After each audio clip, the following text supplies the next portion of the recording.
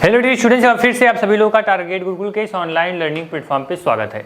आज का हमारा सब्जेक्ट बहुत ही अनोखा रहने वाला है। क्या चीज़? आपके लखनऊ विश्वविद्यालय या फिर कोई पर्टिकुलर यूनिवर्सिटी में आप पढ़ रहे हो तो आपके सिलेबस में एक नया सब्जेक्ट ऐड किया गया है, को करिकुलम, जो सभी बच्चों के लिए इंपॉर्टेंट है और इसका मार्क्स होता है आपके मार्कशीट आपके रिजल्ट में ये ऐड भी होता है। तो आज एक नया सब्जेक्ट बच्चों की डिमांड पे हम लोग लेकर आए हैं, जिस सब्जेक्ट का नाम है पर्यावरण और सतत विकास। आप यहाँ पे देख सकते हो क्लियर यहाँ लिखा गया है इन्वायरमेंट एंड सस्टेनेबल डेवलपमेंट। ठीक है, तो ये सब्जेक्ट आज पूरा अच्छे से हम कवर करने वाले हैं। ये सब्जेक्ट से पहले एक चीज बता दूं, जितने बच्चों का leadership, personality development, women fighter या फिर ऐसे जितने भी को करिकुलर सब्जेक्ट है, 3 से 4 जो को करिकुलर सब्जेक्ट है उसको हमने कवर किया गया है। जो भी प्लेलिस्ट है, आप टारगेट गुरुकुल चैनल पे जाइए, वहाँ प्लेलिस्ट सेक्शन में जाएंगे तो कुछ नीचे स्क्रॉल करते हुए आएंगे तो पूरी प्लेलिस्ट बनाई गई है को करिकुलर सब्जेक्ट के लिए। तो जितने भी क्वेश्चन आपके एमसीक्यूज प्लेलिस्ट में दिए गए हैं, सीक्वेंस वाइज उसको देखते जाइए। पूरा एक बार देख लिया है, 1-2 बार रिवीजन कर लो उसको। मैं गारंटी के साथ बोलता हूँ पिछली साल की भांति इस साल भी जितने बच्चे प्लेलिस्ट को फॉलो करते हैं, ईमानदारी सारे क्वेश्चन पढ़ के जाते हैं, तो आपका भी 70 से 80% जो क्वेश्चन है डायरेक्ट प्लेलिस्ट से आपको वहां से मैच करने वाला है। तो आज जो ये कोई सब्जेक्ट है, ये बीए, बीकॉम, बीएससी कोई सब्जेक्ट आप कर रहे हो, सबके लिए इंपॉर्टेंट है। तो यहाँ पे देख सकते हैं ये पूरा पीडीएफ बन के रेडी है और जितने भी क्वेश्चन एक पीडीएफ में है, इन सभी क्वेश्चंस को क्या करेंगे आज हम लोग एक एक करके डिस्कशन करेंगे। एक एक क्वेश्चन का आंसर के साथ यहाँ पे आपको बताया जाएगा। तो सबसे अच्छी बात, खासियत जो टारगेट गुरुकुल को सबसे अलग बनाती है, जो कि आपको एक यूनिक बनाती है, वो ये है कि हमारे यहाँ जो चीज़ें हैं वो बाइलिंगुअल चलती हैं।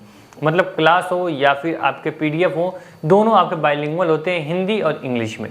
तो अगर थोड़ा बच्चा अगर इंग्लिश मीडियम में है, हिंदी थोड़ी बहुत जाननी है, हिंदी भी जान सकता है। अगर कुछ बच्चे को थोड़ी बहुत हिंदी में प्रॉब्लम होती है तो इंग्लिश भी देख के समझ सकता है। ठीक, तो समय वेस्ट न करते हुए चलिए एक क्वेश्चन को हम लोग उठाते हैं। और समय आपके लिए काफ़ी यूनिक है क्योंकि सेमेस्टर एग्जाम आपके आने वाले हैं। ठीक है, तो यहाँ पर देखिए पहला जो क्वेश्चन है, यहाँ पे लिखा गया है वायुमंडल की, यहाँ मैं थोड़ा साइड हट जाता हूँ, वायुमंडल की इनमें से कौन सी परत ओजोन परत से बनी है जो पराबैंगनी यानी यूवी प्रकाश को अवशोषित करने के लिए जिम्मेदार है।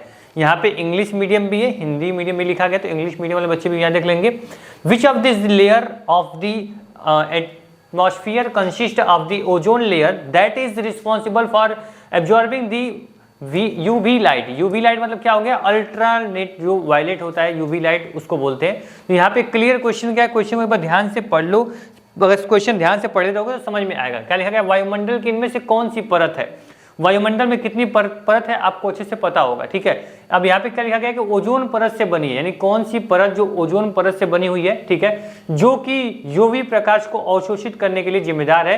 तो फ्रेंड जो आपका ऑप्शन नंबर सी है, समताप मंडल। यहाँ पे आपको देख लीजिए क्षोभ मंडल, यहाँ पे मेसोस्फीयर, यहाँ पे स्ट्रेटोस्फीयर और इनमें से कोई नहीं। तो जो आपका ऑप्शन नंबर सी आपका रहेगा, यहाँ पे स्ट्रेटोस्फीयर जो आपका समताप मंडल है, ये आपका राइट आंसर हो जाएगा। यानी कि समताप मंडल इज जो राइट आंसर। समताप मंडल में आपकी ओजोन परत पाई जाती है। जितने बच्चे इन्वायरमेंटल साइंस अपना इन्वायरमेंट से वो अगर एनसीईआरटी पढ़े हैं या फिर 12th में उनका सब्जेक्ट इन्वायरमेंट रहा हुआ है तो वो बच्चे अच्छे समझ सकते हैं। हालांकि ये क्लास 8-7 में जो बच्चे जियोग्राफी सब्जेक्ट से पढ़े होंगे, क्लास 8 में आपको जियोग्राफी सब्जेक्ट होगा, उसमें भी आपको ओजोन परत अच्छे से पढ़ाई गई होगी। वहाँ पे आप जानते हो कि जो समताप मंडल होता है वहाँ पे ओजोन परत पाई जाती है, जो कि जो यूवी लाइट होती है उसको एब्जॉर्ब कर लेती है, उसको आपके धरती पे यानी यह मानव जीवन है इस पर प्रभावित करने से रोकती है। ठीक है, तो आप इन्वायरमेंटल पढ़ रहे हो तो यहाँ पे इन्वायरमेंट यानी आपके वातावरण की जो चीज़ें होंगी वही आपके यहाँ पढ़नी है। वातावरण में क्या आपको नुकसान करता है, क्या आपको हानि पहुँचाता है, क्या आपको लाभ पहुँचाता है, वो सारी चीज़ें आपके इन्वायरमेंट में आएंगी और वही सब आपको पढ़ना है। ठीक है, यहाँ पे देखिए दूसरा क्वेश्चन यहाँ पे क्लियर किया गया है, इनमें से कौन से आवश्यक अधात्विक खनिज है। क्या अधात्विक यानी कि नॉन मेटेलिक आप जो यहाँ पे मटेरियल है इनमें से कौन है। तो यहाँ पे देखिए, यहाँ पे आपका ऑप्शन ए जो बोल रहा है वो बोल रहा है कोयला, सिलिका, मिट्टी, सीमेंट। तो आगे आपको जानने की जरूरत क्या पड़ेगी, आप देखिए ग्रेनाइट, चूना पत्थर, संगमरमर, सोना या प्लेटिनियम, चांदी, लोहा, तांबा, एल्युमिनियम, जस्ता, यानी ये सभी जो हैं ये आपका क्या है कि नॉन मेटेलिक धातु पूछ रहा है। तो यहाँ पे आपका जो नॉन मेटेलिक में आएगा वो आएगा कोयला, सिलिका, मिट्टी, सीमेंट। तो ऑप्शन नंबर ए जो हो जाएगा वो आपका राइट आंसर हो जाएगा, क्योंकि इसमें कोई भी धातु नहीं पाई जाती, मिट्टी में कोई धातु नहीं पाई जाती, यानी नॉन मेटेलिक है। तो आप लोग ऑप्शन नंबर ए आपका राइट आंसर हो जाएगा। ठीक है, इस प्रकार से जनरल क्वेश्चन रहते हैं। को करिकुलर मतलब क्या हुआ पता है आपको?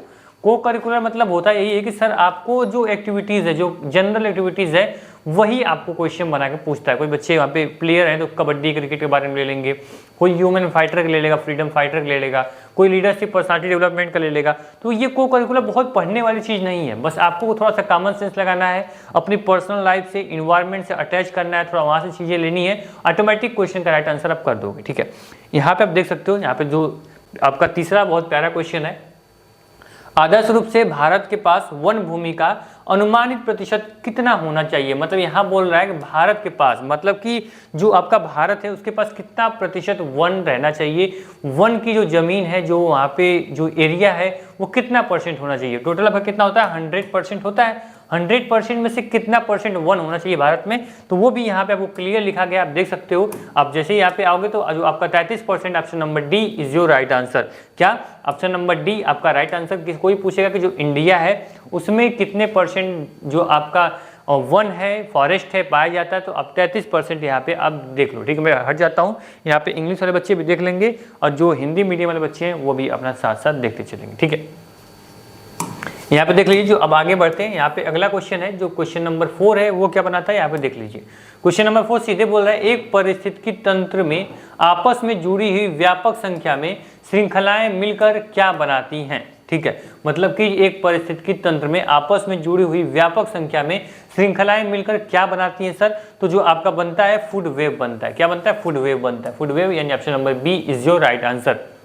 समझ में आ रहा सारी चीज़ें। तो अभी आपको टेंशन नहीं लेना यार, यहाँ पे मान लो बहुत लोगों को चीज़ें समझ में नहीं आ रही होंगी, यहाँ पे मैं डिस्कशन कर रहा हूँ तो एक बार मैं पढ़ा रहा हूँ उसको पढ़ लेना। ठीक है, फिर जो पीडीएफ होगी इस पीडीएफ को भी आप ले लेना। अब बोलोगे पीडीएफ कहाँ मिलेगी, क्या इसके लिए पेमेंट करना पड़ेगा, तो आपको मैं बता दूं सर कि इस पीडीएफ को लेने के लिए आपको बस simple target Gurukul app download करना है। क्या डाउनलोड करना है, टारगेट गुरुकुल मोबाइल ऐप आप डाउनलोड कर लेना। डिस्क्रिप्शन बॉक्स में लिंक दे दूंगा, वहां से जाकर पीडीएफ आप ले लेना। ठीक है, पीडीएफ वहां आपको मिल जाएगी। नहीं मिलेगा तो वहाँ पे हेल्प का ऑप्शन है, वहाँ पे जाके अपने कोर्स का नाम, अपने विश्वविद्यालय बताना, आपको वहाँ से बता दिया जाएगा कैसे पीडीएफ आपको मिलेगी, वहाँ से भी जाके आपको हेल्प कर दी जाएगी। ठीक है, चलिए सर इतना क्लियर हो गया, पीडीएफ भी आपने दे दिया तो इससे अच्छी बात क्या होगी। चलिए ठीक है, यहाँ पे अगला क्वेश्चन है, बहुत ही इंपॉर्टेंट क्वेश्चन है। इस क्वेश्चन का आंसर हो सकता है कि आप सभी लोगों को पता हो। ठीक है, यहाँ पे क्वेश्चन क्या है कि इनमें से कौन सा तत्व विश्व में व्यावसायिक ऊर्जा खपत का सबसे बड़ा स्रोत माना जाता है। क्या लिखा गया है कि जो व्यावसायिक ऊर्जा खपत का सबसे बड़ा स्रोत माना जाता है, तो फ्रेंड्स ये आपका राइट आंसर हो जाएगा तेल। यानी कि तेल का जो उपयोग होता है ये व्यावसायिक ऊर्जा में काफी इसका प्रयोग किया जाता है। तो तेल जो ऑयल होता है ये आपका राइट आंसर हो जाएगा क्या, ऑयल। ठीक है, option number c is your right answer. ठीक है, थोड़ा आगे बढ़ते हैं, चीजें थोड़ी बहुत आपको समझ में आ रही होंगी और अब आपको थोड़ा अंदर से जो खुशी का अनुभव है वो आप फील कर रहे होंगे, क्योंकि क्वेश्चंस इतने ईजी रहते हैं, क्वेश्चंस का जो लेवल रहता है इतना आपका इजी लेवल रहता है कि आराम से क्वेश्चंस आप कर सकते हो। ठीक है, आप सोच रहे हो कि मैंने को करिकुलर ले लिया यार, ये सब्जेक्ट ले लिया, कैसे मेरी तैयारी होगी, तो अब आपके मन से जो डर है वो खत्म होने वाला है। ठीक है, इनमें से कौन सा वन उत्पादों के प्रत्यक्ष उपयोग की संदर्भित नहीं करता है, इस नहीं को आप ध्यान रखना। जिस क्वेश्चन में नहीं करता है, नहीं शब्द आ गया, वो थोड़ा आपको, अगर आप जल्दी में पढ़ोगे, मान लीजिए यहाँ बहुत बच्चे पढ़ेंगे, इनमें से कौन सा वन उत्पादों के प्रत्यक्ष उपयोग को संदर्भित करता है, नहीं भूल गया तो उसको सब, ये जो ऑप्शन दे रहे हैं सभी को मार देगा भाई। चढ़ने के लिए घास, ये भी आपका यहाँ पे संदर्भित करता है वन उत्पादों को।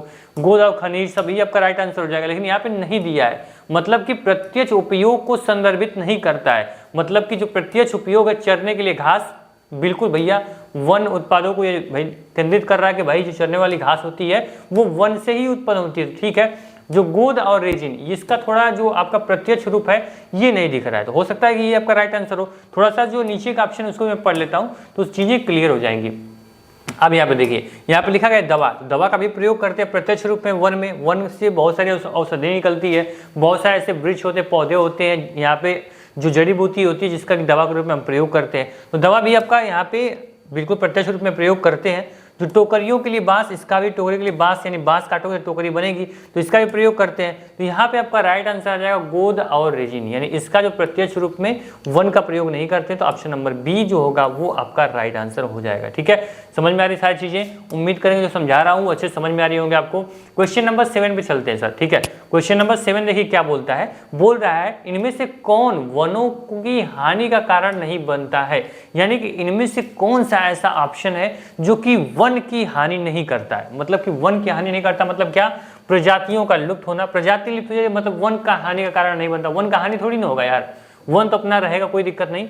सूद का बढ़ता उपयोग, कोई दिक्कत नहीं यार, इसमें भी कोई दिक्कत हमें नहीं लग रही है।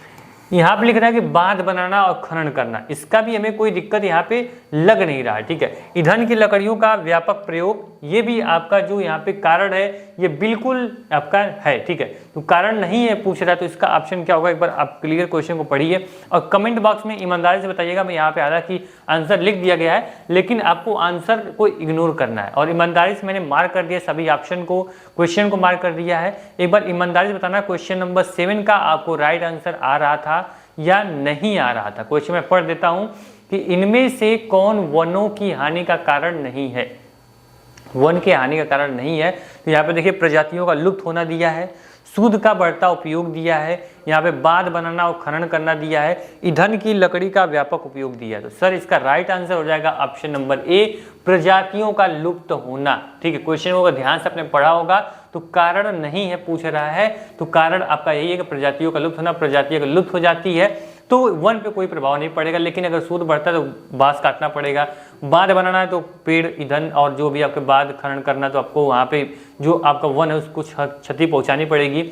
ईंधन की लकड़ियों का प्रयोग करोगे वन की क्षति होगी, इसलिए ऑप्शन नंबर ए आपका राइट आंसर हो जाएगा, ठीक है। देखिए थोड़ा बहुत क्वेश्चन हम घुमा के और एक ही क्वेश्चन को 4-5 बार करके पढ़ाते हैं, वो हमें लगता है कि ये तरीका थोड़ा अच्छा लगता है, क्योंकि बच्चे क्या बोलेंगे कि थोड़ा अगर मैं ऐसे बोलूं कि इनमें से कौन सा वनों कारण नहीं है, प्रजाति ऑप्शन नंबर ए आपका राइट आंसर, तो शायद आपको मजा तो आएगा, लेकिन जो चीजें आपको समझनी चाहिए वो आप समझ नहीं पाओगे। तो यहाँ पे हम समझाने की कोशिश कर रहे हैं आप लोग को एक अलग तरीके से, आपको ऑप्शन क्वेश्चन आंसर कैसे तैयार करते हैं, कैसे MCQ पढ़ते हैं, कैसे याद करते हैं, उससे समझाने की कोशिश हम कर रहे हैं आपको, ठीक है।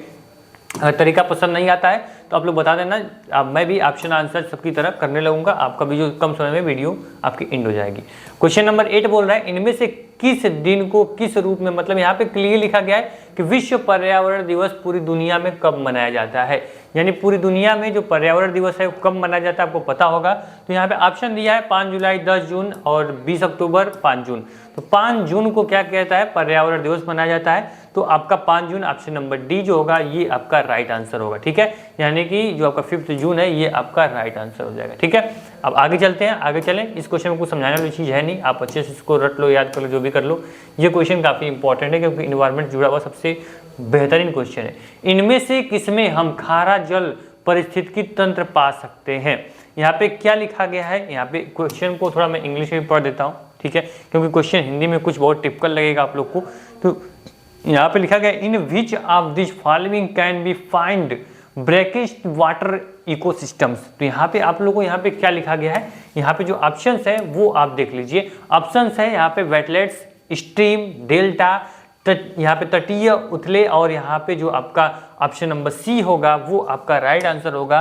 ऑप्शन नंबर सी आपका क्या है, यहाँ पे आप देख सकते हो डेल्टलेस, यानी कि आप लोग का जो डेल्टास है ये आपका राइट आंसर हो जाएगा। Option number c is your right answer. मतलब कि यहाँ पे क्लियर लिखा गया है कि आपका जो क्वेश्चन क्या था, क्वेश्चन एक बार फिर देख लीजिए आप लोग, उसके बाद आप ऑप्शन को याद कर लीजिए। इनमें से किसमें हम खारा जल पारिस्थितिकी तंत्र पा सकते हैं, तो जो आपका राइट आंसर हो जाएगा डेल्टास आपका राइट आंसर होगा, ठीक है।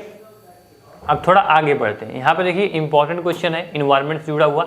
कौन सी औषधि चाय या कॉफी के पौधे के स्रोत से संबंधित है, कौन सी इसमें औषधि का नाम दिया गया। औषधि देख लो, कपूर है, कैफीन है, यहाँ पे काटा सेब है, अफीम पोस्ता है। तो जो आपका राइट आंसर हो जाएगा ये हो जाएगा कैफीन, यानी कि ऑप्शन नंबर बी जो है ये आपका चाय या कॉफी के पौधे के स्रोत से जुड़ा हुआ है। कपूर ये भी अलग हो जाएगा, काटा सेब अलग हो जाएगा, अफीम पोस्ता ये भी अलग हो जाएगा, लेकिन जो कैफीन है ये आपके चाय में पाया जाता है, तो आपका right answer option number b हो जाएगा, ठीक है। आगे बढ़ते हैं, आगे क्वेश्चन में चलते हैं। अगला क्वेश्चन देखिए, आपको उम्मीद है कि सारे क्वेश्चन समझ में आ रहे होंगे। ये भी क्वेश्चन इंपॉर्टेंट है। विश्व में जैव विविधता जो हॉट स्पॉट की कुल संख्या कितनी है, ठीक है। यहाँ पे क्या लिखा गया है आप लोग यहाँ पे देख सकते हैं आराम से, क्वेश्चंस को और ऑप्शन को देख सकते हैं, ठीक है। यहाँ पे लिखा गया है कि how many total number of biodiversity hotspot are there in the world. तो यहाँ पे ऑप्शंस आपको है 36, 32, 28 और आपका 18। तो जो आपका ऑप्शन हो जाएगा 36 इज योर राइट आंसर। जो यहाँ पे विविधता हॉटस्पॉट की कुल संख्या है वर्ड में वो है 36, यानी 36 जो आपके हॉटस्पॉट हैं वो पाए जाते हैं। ठीक है, आगे बढ़ते हैं। अगला क्वेश्चन आप लोग देखेंगे तो अगला क्वेश्चन होगा इनमें से कौन सी सबसे स्वाभाविक रूप से होने वाली और बार बार होने वाली आपदा है। आपदा को अच्छे से जानते हो, आपदा में कौन कौन सी आपदा होती है, भूकंप होता है, बाढ़ होता है, आपका यहाँ पे ज्वालामुखी का फटना होता है, ये सब क्या पाते हैं, प्राकृतिक आपदाएं हैं। प्राकृतिक आपदाएं, तो यहाँ पे कौन कौन सी लिखा गया ऑप्शन देख लीजिए। तो यहाँ पे ऑप्शन दिया गया सुनामी, सूखा, भूकंप, बाढ़। तो जो बाढ़ है ये आपका राइट आंसर हो जाएगा। यहाँ पे आप लोग को क्वेश्चन को एक बार फिर समझने की जरूरत है, क्वेश्चन क्या है और बाढ़ क्यों है। इनमें से कौन सी सबसे स्वाभाविक रूप से, यानी स्वाभाविक चीज ये है कि बाढ़ जो होती है ये थोड़ी स्वाभाविक आपदा है। मतलब कि सुनामी, भाई इसको तो जानते हो आप लोग, सूखा पड़ना, अब भूकंप और बाढ़। तो जो बाढ़ होगी ये स्वाभाविक है, तो बाढ़ आपका आना ही आना है। तो ऑप्शन नंबर डी आपका राइट आंसर। हम जैव ईंधन के एल्कोहल के किन दो रूपों को शामिल करते हैं। मतलब ईंधन के रूप में जो बच्चे केमिस्ट्री के होंगे, केमिस्ट्री का मतलब क्या है कि क्लास 8 में या फिर आप हाई स्कूल में बहुत सारे जो कोई टीचर होंगे वो आपको पढ़ाए होंगे। तो यहाँ पे लिखा गया है कि हम जैव ईंधन में अल्कोहल के किन दो रूपों को, यानी कि जो मेथेनॉल है और एथेनॉल है, समझ रहे हो। यहाँ पे जो ऑप्शन नंबर ए होगा मेथेनॉल और एथेनॉल को हम क्या करते हैं, जैविक ईंधन के रूप में हम इसका यूज करते हैं। ठीक है, अब यहाँ पे देख लो, यहाँ पे जो ऑप्शन नंबर ए है वो आपका राइट आंसर हो जाएगा। ठीक है, अगला क्वेश्चन चलते हैं। अगला क्वेश्चन शायद सभी से इंपॉर्टेंट यहाँ पे है, तो ये चीज़ भी आप देख लेना क्योंकि गवर्नमेंट से जुड़ा हुआ ये सवाल है। तो यहाँ लिखा गया सरकार द्वारा प्रदूषण निवारण एवं नियंत्रण अधिनियम के तहत इनमें से किस गैस को छोड़ने की अनुमति नहीं है। मतलब कि किस गैस को छोड़ने की अनुमति है वो तो अलग मैटर हो जाता, या फिर आपका नहीं शब्द जुड़ चुका है तो किस शब्द की अनुमति नहीं है। तो फ्रेंड्स ऑप्शन नंबर डी यहाँ पे देखा गया। अब सल्फर डाइऑक्साइड बिल्कुल में नहीं छोड़ सकते, कार्बन गिर गया,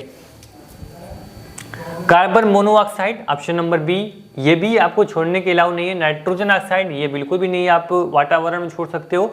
तो यहाँ पे जो ऑप्शन नंबर डी है उपयुक्त के सभी, यानी कि इनमें से तीनों में से कोई भी गैस आप लोग नहीं छोड़ सकते। किस लिए, प्रदूषण निवारण एवं नियंत्रण के लिए इन तीनों गैसों को छोड़ना वातावरण में ये आपको अलाउ नहीं करता गवर्नमेंट। तो ये आप आराम से इन सभी को अब नाम देख लो कि अगर ये आपके नाम है, अगर ऑप्शन में आपके हैं, अगर ऑप्शन पूछ देगा कि इनमें से नियंत्रण अधिनियम के तहत इनमें से किस गैस को छोड़ सकते हैं, अगर यहाँ पे अनुमति नहीं दिया है, अगर नहीं होता तो ऑप्शन कोई भी आप इसमें सही मार सकते हो। ठीक है, तो चलिए क्वेश्चन को आगे बढ़ाते हैं, ज़्यादा कंफ्यूज नहीं करेंगे आप लोग को।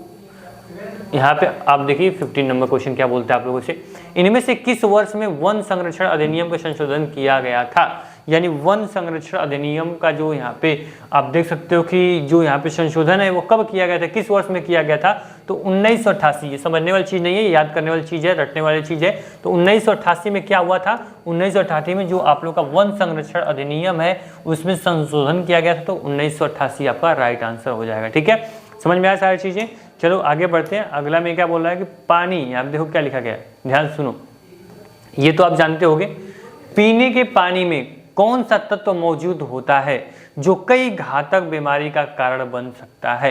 क्या लिखा गया, पीने के पानी में कौन सा तत्व मौजूद होता है जो कई घातक बीमारी का कारण बन सकता है। तो फास्फोरस, कैल्शियम, हरताल या फिर इनमें से कोई नहीं।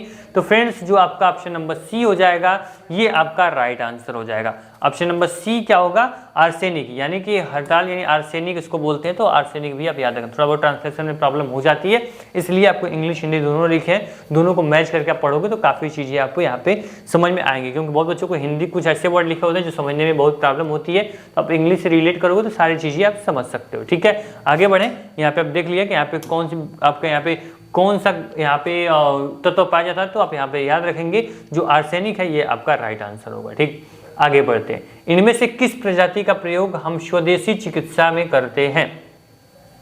चलिए सर ध्यान से सुन लो चीजें, ये काफी इंपॉर्टेंट है और आप लोग के जनरल लाइफ से संबंधित क्वेश्चन है। तो यहाँ पे देखिए, इनमें से किस प्रजाति का प्रयोग हम स्वदेशी चिकित्सा में करते हैं।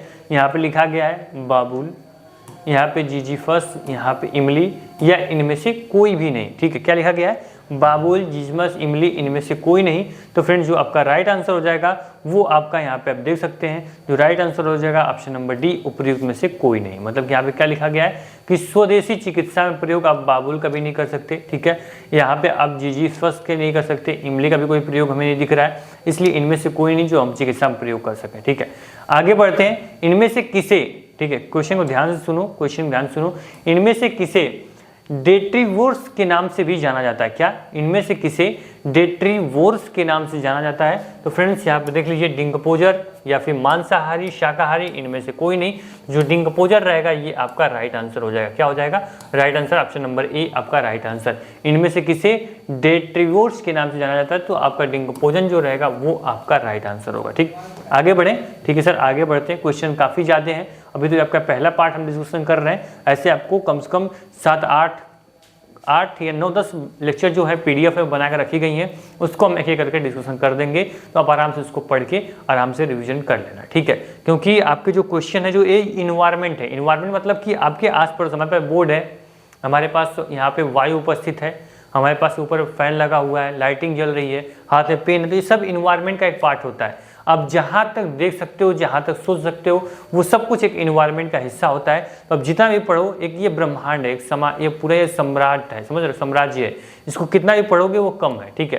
तो एक चुनिंदा जो पॉइंट होता है, जो एग्जाम में पूछा जा सकता है, वो आप पढ़ लो, ठीक है। आपको बहुत कुछ पढ़ने की जरूरत नहीं है, पढ़ोगे तो वो जितना पढ़ोगे उतना कम है, क्योंकि ये इन्वायरमेंट है। इन्वायरमेंट के बारे में आप जितना पढ़ोगे, जितना अध्ययन करोगे, वो आपके लिए कम है, बार बार मैं बोलता हूँ, ठीक है।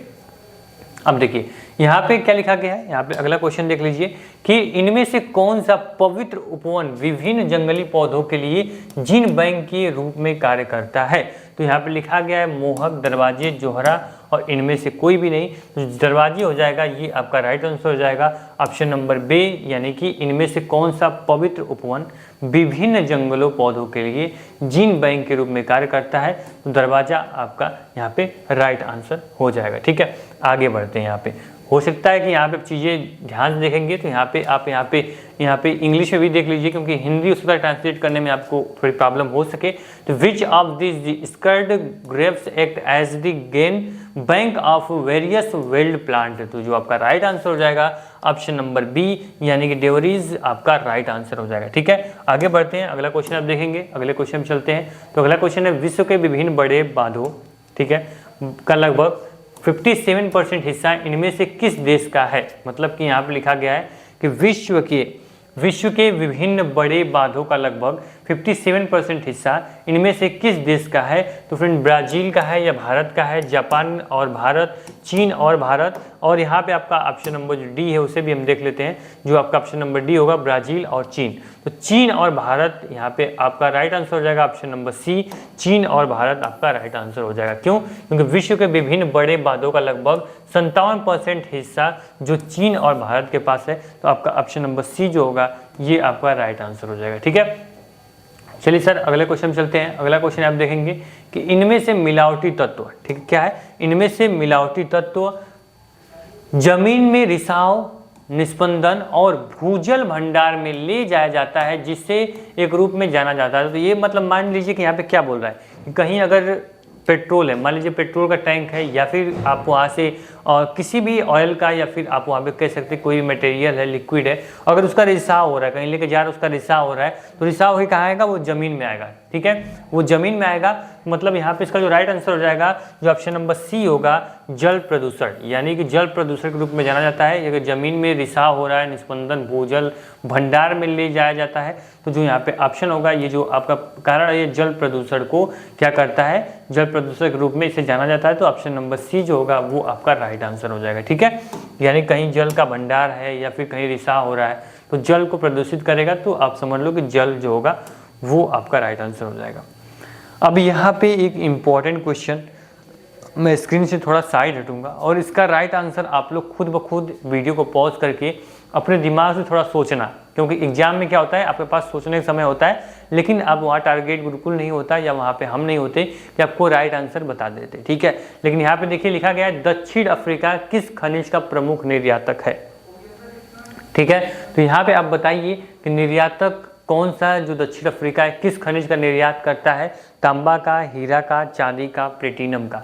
तो तो जो आपका ऑप्शन नंबर डी होगा, ऑप्शन नंबर डी जो होगा वो प्लेटिनम का जो आपका यहाँ पे निर्यात है, निर्यात मतलब एक्सपोर्ट जो होता है वो दक्षिण अफ्रीका करता है। तो platinum is your right answer. ठीक है, प्लेटिनम क्या है, अधिक एक्सपोर्ट करता है, कौन करता है, दक्षिण अफ्रीका में किया जाता है। तो इसको आपको याद रखना है। ठीक है, यहाँ पे क्या है देख सकते हैं, जब हम सतत विकास के 3 स्तंभों में से केवल 2 को ही पूरा करते हैं, निम्नलिखित में से कौन सा विकल्प सही है। यानी कि जब हम सतत विकास के 3 स्तंभों में से केवल 2 को ही पूरा करते हैं, निम्नलिखित में से कौन सा विकल्प सही है। तो ऑप्शन नंबर डी आपका राइट आंसर होगा। क्यों राइट आंसर होगा ये देख लीजिए, आर्थिक पर्यावरण स्थिरता इज इक्वल टू व्यवहार्य। यहाँ पे सामाजिक पर्यावरण स्थिरता सहनीय, और सामाजिक और आर्थिक स्थिरता न्याय संगत। तो उपयुक्त सभी जो होगा ये आपका राइट आंसर हो जाएगा, क्योंकि यहाँ पे क्वेश्चन क्या था, क्वेश्चन को एक बार फिर समझने का प्रयास करिए। बोला गया था हम सतत विकास के 3 स्तंभों में से केवल 2 को ही पूरा करते हैं, तो निम्नलिखित में से कौन सा विकल्प सही है। मतलब यहाँ पे जो आप लोग का यहाँ पे देखेंगे कि जो सतत विकास है उसके लिए आपको व्यवहार्य, यहाँ पे सहनीय और न्याय संगत तीनों आपके लिए जरूरी है। तो ऑप्शन नंबर डी जो होगा ये आपका राइट आंसर होगा। यहाँ पे एक बहुत ही इंपॉर्टेंट क्वेश्चन, अगर आप सतत विकास का बात करेंगे, अगर इसको आप पढ़ रहे हैं तो जो ये शब्द है किस वर्ष अस्तित्व में आया, यह शब्द जो सतत विकास है हम सब्जेक्ट के रूप में पढ़ रहे हैं, को करिकुलर के रूप में पढ़ रहे हैं, इसका जो यहाँ पे अस्तित्व है ये कब आया। तो फ्रेंड्स आपको बता दें कि जो इसका अस्तित्व है ये 1980 में आया हुआ है। कब आया हुआ है, तो 1980 में इसका जो अस्तित्व है वो आया था सतत विकास का। ठीक, कब आया था, 1980 में। ठीक, चलिए सर 1980 में सतत विकास का अस्तित्व आया था, ये मुझे याद हो गया। एक चीज यहाँ पे ध्यान सुन लेना, क्वेश्चन है कि संयुक्त राष्ट्र महासभा द्वारा सतत विकास पर संयुक्त राष्ट्र आयोग CSD की शुरुआत किस वर्ष की गई। संयुक्त राष्ट्र महासभा द्वारा सतत विकास एवं संयुक्त राष्ट्र आयोग CSD की शुरुआत किस वर्ष की गई थी। तो फ्रेंड्स यहाँ पे जो आपका राइट आंसर हो जाएगा वो आप देख सकते हैं, पहले ऑप्शन आप देख लीजिए, 1995, 1994, 1993 या फिर 1992। तो जो आपका ऑप्शन नंबर डी होगा ये आपका राइट आंसर हो जाएगा, 1992 में हुई थी। क्या हुई थी सर, एक बार फिर क्वेश्चन को ध्यान से देख लीजिए। क्वेश्चन आपके दिमाग में एकदम फिट हो जाना चाहिए। मुझे 10 बार बोलना पड़ेगा, 15 बार बोलना पड़ेगा, मैं बोलूँगा, लेकिन क्वेश्चन आपको माइंड में एकदम फिट होना चाहिए। जो आपका CSD की शुरुआत किस वर्ष की गई, इसको अगर फुल फॉर्म में देखेंगे तो संयुक्त राष्ट्र महासभा द्वारा सतत विकास पर संयुक्त राष्ट्र आयोग की शुरुआत किस वर्ष की गई थी। तो जो इसका राइट आंसर हो जाएगा, मैंने आपको बता दिया कि 1992 में इसकी शुरुआत की गई थी। ठीक है, अब यहाँ पे देखिए लिखा गया है, खनन के बाद बचे हुए विशाल छिद्रों का प्रयोग किसके लिए किया जाता है। मतलब कोई अगर खनन हुआ है, मान लो कि ये आपकी जमीन है, इसमें अगर हमने इतना खनन कर दिया, ठीक है, तो यहाँ पे खनन करने के बाद जो इसका यहाँ पे क्या है कि जो यहाँ पे इसका प्रयोग है उसको क्यों करेंगे। तो फ्रेंड जो ऑप्शन नंबर सी होगा, अपशिष्ट निपटान के लिए। यानी कोई अगर ऐसा तत्व है जिसका हमें अंदर, मतलब मान लीजिए कि आपके घर के बगल में कोई अगर कूड़ा, मतलब कोई अगर कुआं होगा, तालाब होगा, तो अगर उसका आप दुरुपयोग कर रहे हो, मतलब उसका प्रयोग कर रहे हो, तो उसमें क्या करोगे आप, जो आपके कूड़ा होते हैं, अवशिष्ट पदार्थ होते हैं, वो ला के इसमें भरते, धीरे भरते भरते ये पूरा जो आपका गड्ढा होता है, जो पूरा ये आपका छिद्र होता है, ये क्या होता है, भर जाता है। तो इसका प्रयोग क्या करेंगे हम लोग, अपशिष्ट निपटान में करेंगे। ठीक है, जल भंडारण करेंगे, जल भंडारण का वैसे में मच्छर पैदा होंगे, ठीक है, बाकी चीज़ें बहुत सारी बीमारियां होंगी। तो इस प्रकार से आप क्या करोगे, यहाँ पे क्या करोगे, अपशिष्ट निपटान करोगे। ठीक है, अब आगे हम आगे बढ़ते हैं, थोड़ा सा आगे हम ले चलते हैं। अगला क्वेश्चन आपका क्या है, अगला क्वेश्चन काफ़ी इंपॉर्टेंट है। पारा और सीसा जहरीले तत्व हैं, बिल्कुल जहरीले तत्व आपको पता होगा। यह किसका कारण बनते हैं, ध्वनि प्रदूषण करेंगे पारा और सीसा, या फिर वायु, जल, भूमि। तो जो आपका ऑप्शन होगा भूमि, जाहिर सी बात है कि जो पारा होगा, सीसा होगा, ये आप फोड़ोगे तो जमीन में आएंगे, जमीन में आने के बाद ये भूमि प्रदूषण करेंगे, तो ये आपका भूमि प्रदूषण में आएगा। ठीक है, इसको मृदा प्रदूषण में भी ले सकते हो। ठीक है, आगे बढ़ते हैं। जो अगला क्वेश्चन है काफ़ी इंपॉर्टेंट क्वेश्चन है, आप देख सकते हैं कि जब भी खनिज, यहाँ पे क्या लिखा गया है, जब भी खनिज की कीमत ऊँची रहती है तो एक फर्म क्या तलाशती है। जो खनिज जो फार्म होती है वो क्या तलाशती है, तो फ्रेंड्स जो आपका होता है नई जमा राशि, यहाँ क्या होगा, न्यू डिपॉजिट को तलाशती है। न्यू जो डिपॉजिट है उसको खोजती है भाई, और थोड़ा यहाँ पे खनिज की प्राइस बढ़ गई तो मतलब डिपॉजिट अच्छा खासा होना चाहिए। तो फॉर्म का क्या होता है, फॉर्म हमेशा अपने प्रॉफिट चाहती है, तो इस वजह से ऑप्शन नंबर डी जो होगा वो आपका राइट आंसर होगा। ठीक है, यहाँ पे आप आगे देखेंगे, यहाँ पे लिखा गया है कि अगला क्वेश्चन है कि निम्नलिखित में से कौन सा विकल्प सतत विकास मापदंडों के रूप में शामिल नहीं है। मतलब क्या बोल रहा है कि शामिल नहीं है, तो मतलब लिंग जो आपका असमानता है, विविधता, भाई बिल्कुल। अंतर और अंतर पीढ़ीगत इक्विटी, बिल्कुल नहीं। वाहन क्षमता, बिल्कुल नहीं। तो उपर्युक्त में से कोई नहीं आपका राइट आंसर हो जाएगा। समझ रहे हो क्या बोला? निम्नलिखित में से कौन सा विकल्प सतत विकास मापदंडों के रूप में शामिल नहीं है? तो आपका ऑप्शन नंबर डी होगा, ये आपका राइट आंसर होगा, क्योंकि लिंग जो असमानता विविधता ये भी आपका क्या है, विकट सतत विकास मापदंडों में शामिल है। अतत और अंतर पीढ़ीगत इक्विटी ये भी। तो यहाँ पे देखिए क्वेश्चन का जो राइट आंसर मैंने आपको दिखा दिया कि यहाँ पे ऑप्शन नंबर डी उपर्युक्त में से कोई नहीं आपका राइट आंसर होगा। चलिए सर अब यहाँ पे थोड़ा सा आगे बढ़ते हैं। आपको बता दें कि जो क्वेश्चंस हैं यहाँ पे आप देख सकते हो कि सारे जो क्वेश्चन डिस्कशन कर लिया हमने, जितने भी आपके क्वेश्चन थे मैं सारे क्वेश्चन बता दिए आपको। अब उम्मीद करें जो क्वेश्चन हमने समझाया है ये बारीकी से आपको समझ में आया होगा, और अगर इसमें से कोई भी क्वेश्चन आपके आते हैं तो आप आराम से इजिली सारे क्वेश्चन कर सकते हो। जहाँ तक मुझे लग रहा है मैंने अपना 100% दिया समझाने में आपको, ठीक है। अगर तरीका अच्छा लगे कमेंट बॉक्स में अपना फीडबैक जरूर देना। अगर आप लोग यहाँ पे चाहते हो कि इसका सेकंड पार्ट लाया जाए तो अब जितना जल्दी कमेंट करोगे इसका जो सेकंड पार्ट होगा वो जल्द ही हम यहाँ पे वीडियो के रूप में अपलोड कर देंगे। तो एक बार जाइए target Gurukul mobile app download करके रखिए, जैसे ही पीडीएफ अपलोड होगा आपको नोटिफिकेशन हम सेंड कर देंगे, या फिर नीचे व्हाट्सअप का ऑप्शन है वहाँ पर अपना नाम कोर्स नाम लिख के सेंड कर दीजिए, आपको डायरेक्ट इसकी लिंक भेज दी जाएगी, वहाँ से आप डाउनलोड कर लीजिएगा, ठीक है। कोई दिक्कत हो कोई समस्या हो तो कमेंट बॉक्स में कमेंट कर दीजिएगा। उम्मीद करेंगे वीडियो काफ़ी हेल्पफुल आपके लिए, ठीक है। थैंक यू, मिलते हैं नेक्स्ट वीडियो में। जो बच्चे अलग अलग को करिकुलर लिए कोई दूसरा सब्जेक्ट उनका है तो वो प्लेलिस्ट चेक कर लें। अब बाकी इसका भी प्लेलिस्ट हम रेडी कर देते हैं, इसके भी क्वेश्चंस आपको मिलते रहेंगे। Thank you.